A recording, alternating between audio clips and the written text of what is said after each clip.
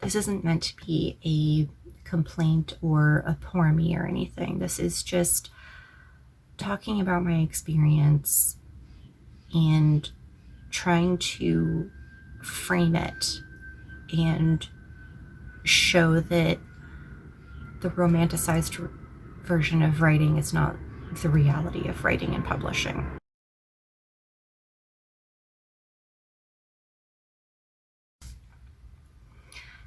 Hello, welcome back. It has been quite a while since I posted a video on this channel. If you're new here, my name is Shane Peril. I am an author and knitter, and on this channel we talk about making things, whether it is with yarn, fabric, or words. And today I'm going to give you a little bit of a life/health update, talk about where I've been. In my last video, I mentioned that I am no longer writing for publication. So I wanted to update you on why I made that decision and what it looks like. So we are going to talk about self-care while doing self-care. So I'm going to be painting my nails today. Fun fact, I used to be really into nail art, and I used to have a nail art blog like years and years ago, more than 10 years ago, and it was called Girl on a Shoestring. If you want to Google it, I don't think it exists anymore. But I posted some of my very amateurish nail art there. This isn't a tutorial, but I will tell you what I'm using. I'm using the base coat by Essie. My phone keeps giving me pop-up messages, but this is their Grow Stronger base coat, and it's the main base coat that I use all the time. So, life and health update. As you guys may know, the last couple of years have been really, really hard. The Cliff's Notes version is that after 7 years of declining health, I went through in 2023, I saw 7 different specialists, and they all told me that there was nothing medically wrong with me, but no one could explain my symptoms. During that period, I also got tested for autism and ADHD. And I began taking a non-stimulant medication for ADHD. I had a really, really great neuropsych that I was working with. And after some research and talking to some friends online, I finally had a brainwave and figured out that the symptoms I was having were silent migraines, and it could be traced back to a specific medication. One other thing that I should mention is that I have Hashimoto's thyroiditis, which means my metabolism doesn't work correctly. And ever since I developed Hashimoto's, I've been really sensitive to medication, especially mental health medications. I get a lot of side effects from them. So together, these two things were creating like a cumulative effect where the longer I was on this medication, the worse my symptoms were getting. So I got off that medication, spent 6 months playing medication roulette to rule out an entire class of drugs, and eventually ended up changing ADHD med. I'm finally on a combination of medications that seems to be working and gives me the support I need. There are definitely still side effects that I'm dealing with, but they are not as bad as what I was experiencing. So hopefully I can be on this medication for a good long time, because it's one of those where if you go off of it, you're screwed. So hopefully we can avoid that. And then while all of this medication nonsense was going on, my parents' marriage imploded. My dad is abusive. He threw my mom out. I had to help her move cross country. After 2 years of making sure that he didn't do something permanent to her, I lost my ESA. I had a lot of like job move, career stuff going on, and it's just been a lot. We've also had to accept the fact that my spouse is now disabled and cannot go back to work. So all of the breadwinning fell on me, as well as all of the housework and all of the paperwork and everything, and all the general day-to-day survival stuff. It's just been a lot in the last 2 or 3 years, and I didn't have any backup, really. I didn't have anyone to help me. So I would go to work and come home and not be feeling great, but still have to do like the dishes and the laundry and take care of the cats and probably make dinner. And if I didn't do everything, then it just wasn't going to get done because there was no one else to pick up the slack. And I ended up burning myself out so badly that I got really sick. Not like hospital dying kind of sick, but I had really bad bronchitis. I couldn't breathe. I was coughing all the time. And because of this, I couldn't grieve my ESA when he died because I couldn't cry. Because if I cried, I couldn't breathe. So I was in shutdown for most of the winter, and then the apartment flooded in the spring. And then finally things started to quiet down after that, knocking on wood, because I don't want to go back to that. And then during the apartment flooding, I was so stressed that I got sick again with the same thing, because again, there was just no backup, and I was having to go to work and then move all of our stuff out of the apartment and then move all of the stuff back into the apartment. And our apartment manager has been absolutely terrible through all of this. So it's just been a lot, and I've only had time in the last 2 months or so, since July, it's now the beginning of September, to really sit and think about things. And I've finally been able to grieve, which has been really hard, but it's also been really needed. So that's where we are with the life and health of things. And I got to the point around the time our apartment flooded where I couldn't do it anymore. I couldn't work a full-time job. I couldn't take care of the household. I couldn't manage our family situation. I couldn't manage our financial situation and still be able to write books and publish books and query books and promote books. I couldn't do all of it.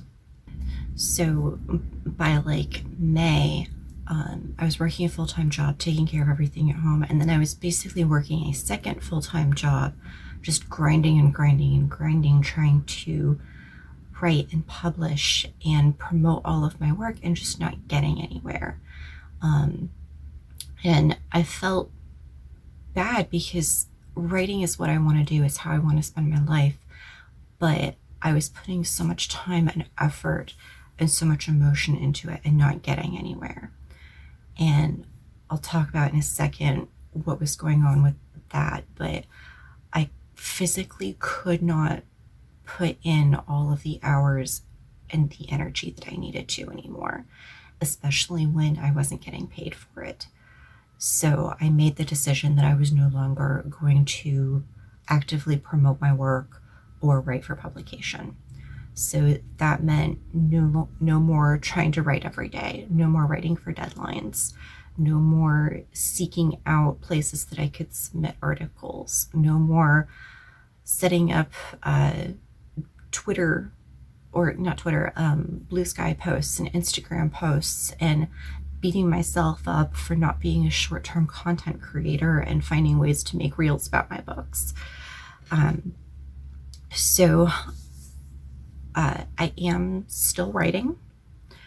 I am still promoting if I find an opportunity to promote, like if I just stumble upon like a blue sky thread where someone's like, link your work down below, I'll go ahead and do that, but I'm not batch scheduling posts a week in advance and setting up weekly blog posts and all of that I was doing. So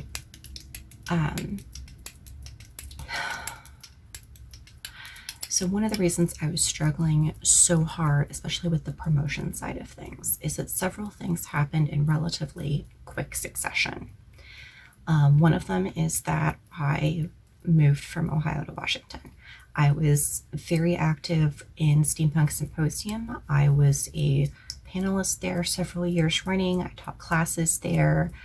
We had a really great group. I sold my books at tables and had a fan group there, but it was very small. And then I moved to Washington and could no longer participate. The other thing that happened was COVID. So I moved to Washington and could not participate in any activities here. Like, I couldn't find other steampunk gatherings or author gatherings because they shut down for 2 years. And at the same time, my health was really, really bad. So I couldn't risk going to a big convention center with 1 million people there to sell my work, because I could get sick. I could bring it home to my wife, who's immunocompromised. She had 2 surgeries in this period. I physically could not handle being at a table for 8 hours because when the silent migraines were hitting, I didn't realize they were silent migraines, and I was calling them crashes. And I would get so cold, I would just start shivering and shaking no matter what the temperature was. I would get really sensitive to light. I would get dizzy and nauseous and just exhausted. I would go from like fine, being at like a 5 or 6 energy level, to just absolute 0 in a matter of 2 or 3 minutes. And when that happened, all I could do was crawl under the covers and sleep for an hour. That was the only thing that made it better. And because I didn't know what was going on, I couldn't get doctor's notes. I didn't have a diagnosis. So I was still having to work during this period. So I just didn't have the energy for, finding places that I could table and building those relationships and getting the equipment that I would need, because I had to leave everything behind in Ohio. And then getting downtown and setting things up and trying to pay for parking downtown and all of this other stuff that goes into physically selling books at events.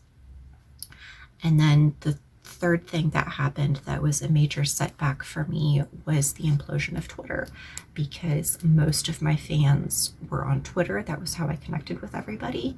And then when Twitter fell apart, I stayed as long as I could, and all of my fans went elsewhere. Some of them went over to Instagram, some of them went to Blue Sky, some of them went to Mastodon, some of them went to Facebook. I don't use Facebook, I don't use Mastodon. I have accounts on both, but I never use them. I only have so much bandwidth for social media, and I decided that I was going to put most of my effort into my own website. I decided I was going to put most of my effort into my own website as well as Instagram, because Instagram is where a lot of knitters and readers are, and those are my main fan base, are knitters and readers. So I was trying to promote on Instagram, but I'm a words person. I'm not so great with the visual. So I was really struggling to find interesting images that I had the capacity to make on Instagram that were related to my book. Like, I'm not a great video editor. Okay, you guys know this. I have no idea how to do those like green screen things that people do with the different backgrounds or anything like that, and putting in an hour and a half of editing for a 30-second clip just was not an effective way to use my time, I didn't think. So there was also that, like, I lost contact with all of my fans that I had on there, all the people that I was connected to, and a lot of them went to Discord, but they're all on different Discords. So it's like having a different site for each person, and I couldn't keep up with it. So all that to say, most of my outlets for connecting with fans all kind of fell apart over the course of 3 years. And that wasn't enough time for me to build things back up. So, color I am using today is also by Essie. It's called Luxido. It is one of my favorite colors. If I could get a shot of it without the glare. It's this really great, very dark burgundy. And it's one of my favorite colors of all time. Nail polish. So that's where things were with that. So what does it mean that I stopped writing for publication? So previously I was taking as much time as I could on a daily basis to write and edit. And sometimes that meant not spending any time at all. Sometimes that meant spending 15 minutes posting on Instagram or setting up posts for Blue Sky. And sometimes that meant spending 6 or 8 hours editing and writing. And I got to the point where I just couldn't do it anymore. I wasn't getting a return on my investment, and at the end of the day, writing is a business. And that sounds awful, especially for people like me who romanticize writing so much, but it's the truth. And romanticized writing doesn't put food on the table.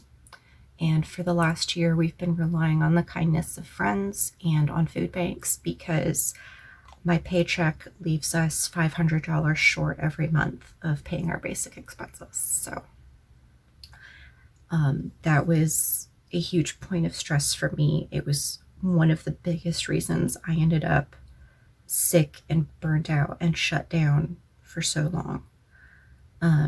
Because I was trying to use, a cup of supply to fill a gallon of need, and that doesn't work. So now that I'm not writing for publication, I am still writing. I am writing for fun, which means that I am not concerning myself with certain things in the writing and drafting phase. And I apologize for the background noise. I can't use the good mic right now because I need the space on my desk. But normally I would be using the big mic to help kind of cut that background noise out. I will do my best in post. So I'm writing just for fun. I'm writing on my own schedule. I'm writing when I get a few moments rather than at every moment that's available. I'm also not editing right now because I don't enjoy editing. It is a necessary part of the process. I like having edited. I do not like the process of editing. So I'm pecking away at a couple different books. I've got one on the computer and I have one that lives in a notebook that travels around with me to work. So when I have downtime at work, I can write a couple pages in there.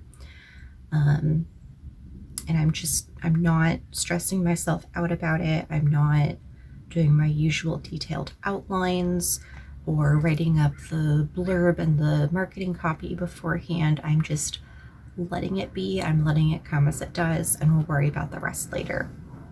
This also means that I have freed up a lot of time in my schedule, and I've been learning how to fill it. This means that I have been taking better care of myself. I've been taking better care of our household. There were a lot of things that I had just let go because I didn't have the energy for them. I couldn't work 2 jobs and take care of the household and take care of myself and take care of my spouse and our pets. So the sacrifice that I had originally made was myself and the house. So I've been going through, and we have made so many trips to the thrift store to donate stuff. I've done a lot of cleaning. I still struggle with the maintenance part of cleaning because of my ADHD. I feel like, if you do your dishes once, they should be done and you shouldn't have to do them again. But unfortunately, we have to eat 3 times a day, so there are always more dishes. So dealing with that, and I did finally have to start taking better care of my health because I did get so sick. I spent part of this summer dealing with a minor eye infection thing and getting that cleared up. So it's just been a lot that I've been working on, and letting go of the publishing side of things has meant that I have the time and the space to deal with that. It's also meant that my mental health is better. It's given me permission to pull back from social media, because I had gotten to the point where when I saw success stories from other writers that I'd kind of come up through the ranks with, I didn't feel proud of them or happy for them anymore. I just felt jealous and angry because I'd been putting in so much work and not getting anywhere, and I didn't want to be that person. I wanted to be the supportive friend, and I wasn't able to do that anymore. So I am still not getting back into the writing circles very much. I have made some recent connections here locally that I'm hoping to get more involved with, but I'm taking it one step at a time. I'm going about it very slowly and intentionally, and I'm trying to curb my natural inclination to dive in with both feet and instead go one step at a time slowly down the ladder. And the main thing has been changing my perspective on writing from an obligation into a joy again. And it is joyful for me. I enjoy writing. I enjoy telling stories. I enjoy coming up with stories. I like puzzling out the mysteries that I'm writing about and coming up with new characters and locations. And that's not something I've really been able to put a lot of enjoyment or passion into lately, because it's always the next deadline. And there are 2 fallacies about writing that I've fallen into, and for me at least, they've been fallacies. And the first one is, if you build it, they will come. And I've talked about this before, which was, if you write your book and you publish it, you'll find your people, you'll find readers. And I know authors who did that, did absolutely no promotion, and sold 1 million books, and I'm not one of them.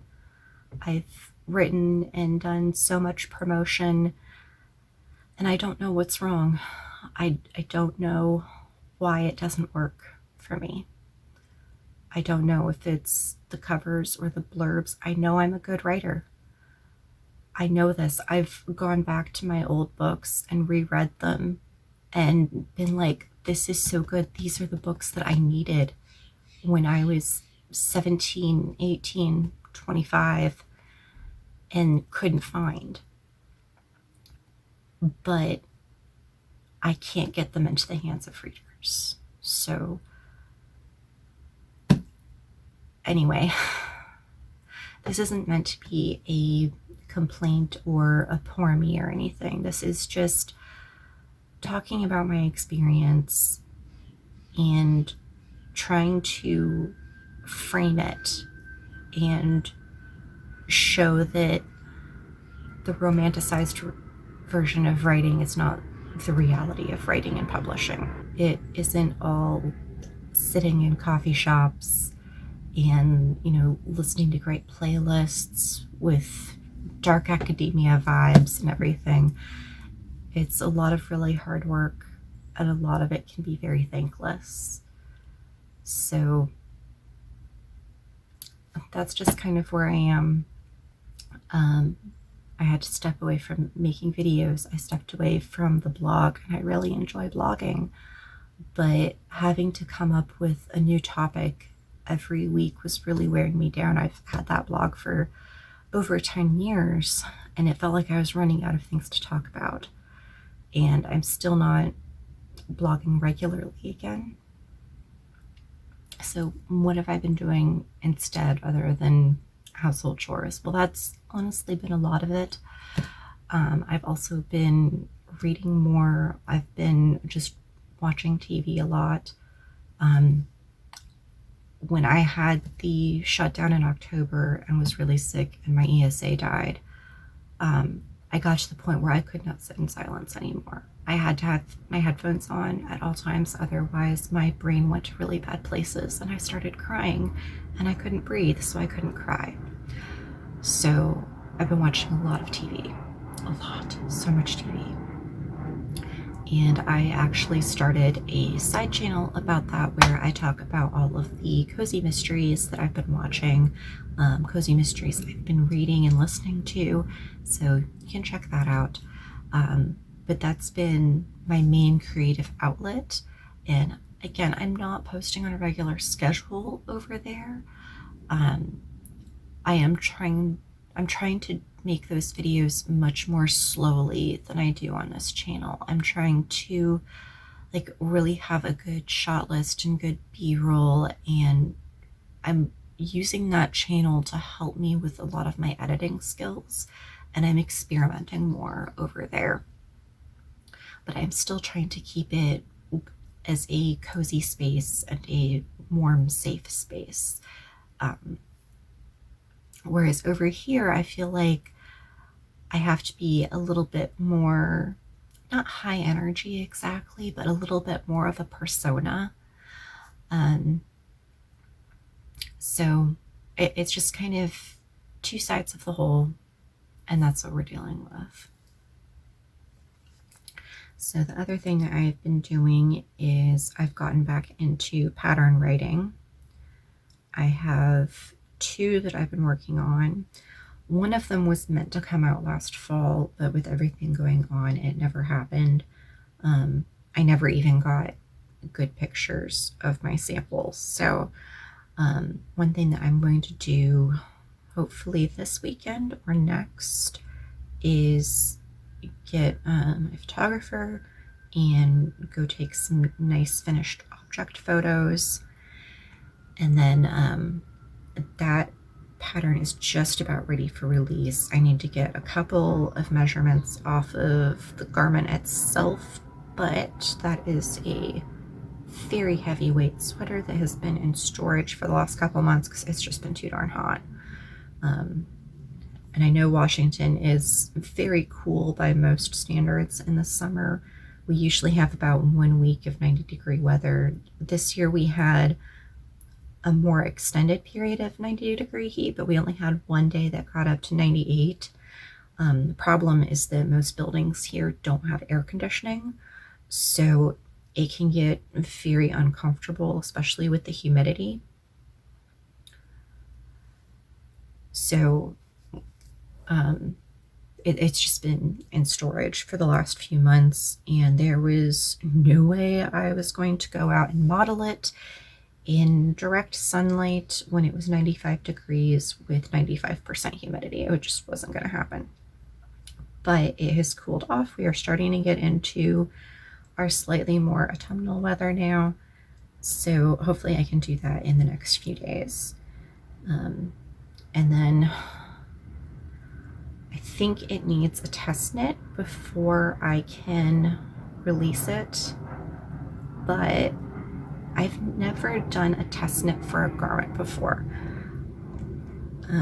I normally make patterns for accessories.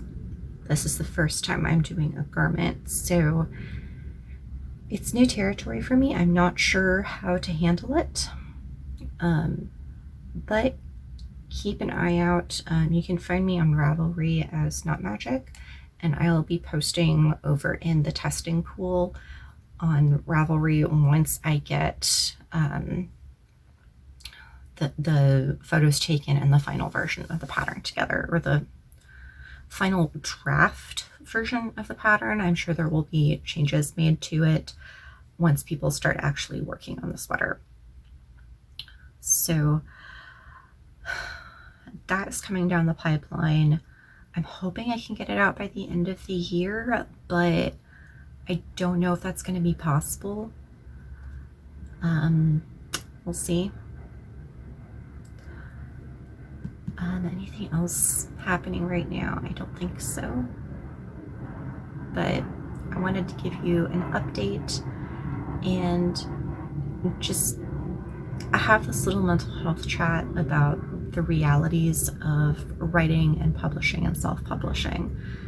And over on the blog, I mentioned some of the questions that I was asking myself before I made this decision. And there are a lot of other factors that have gone into this. The decline of education and reading in the United States, the current political situation and the attack on authors, queer people, censorship being tied up in all of that, the current economy and the way wages are dropping and authors are not getting paid as much, places like Amazon and Etsy and Spotify taking advantage of creators. So these are all things that I considered when I was making this decision, and I decided that at this current time, it is not worth the physical and emotional toll it takes on me to pursue publishing. Still have my backlist available. You can find it anywhere books are sold. If it's not in your local bookstore, you can have them order it. You can also order books directly from me from my Ko-fi shop. I have a limited run of paperbacks still available. I've also got ebook versions of all of my books up there, and when you order ebooks directly from me, you get the Kindle version, you get an EPUB version, as well as a PDF version. So you can get all three, pick which one works best for you. I know some people like to use PDF readers to do text to voice to listen if they don't have a Kindle or something like that. Take what works for you. If you've got multiple devices, you can have a version on each device, whatever works. And that is the way that I want publishing to work. You buy a book, you should have access to the other versions of it. But unfortunately, I don't make the rules in publishing. I'm mostly just forced to abide by them. So I don't make the rules in publishing. I'm mostly just forced to abide by them. And I really don't like a lot of the rules of publishing. So take it for what you will. I think I'm going to sign off now and finish up this manicure. I've got some stamp sets for Halloween that I want to use. This one's got a Ouija board and some spooky stuff on it. I've got my stamping polish here that may or may not be good.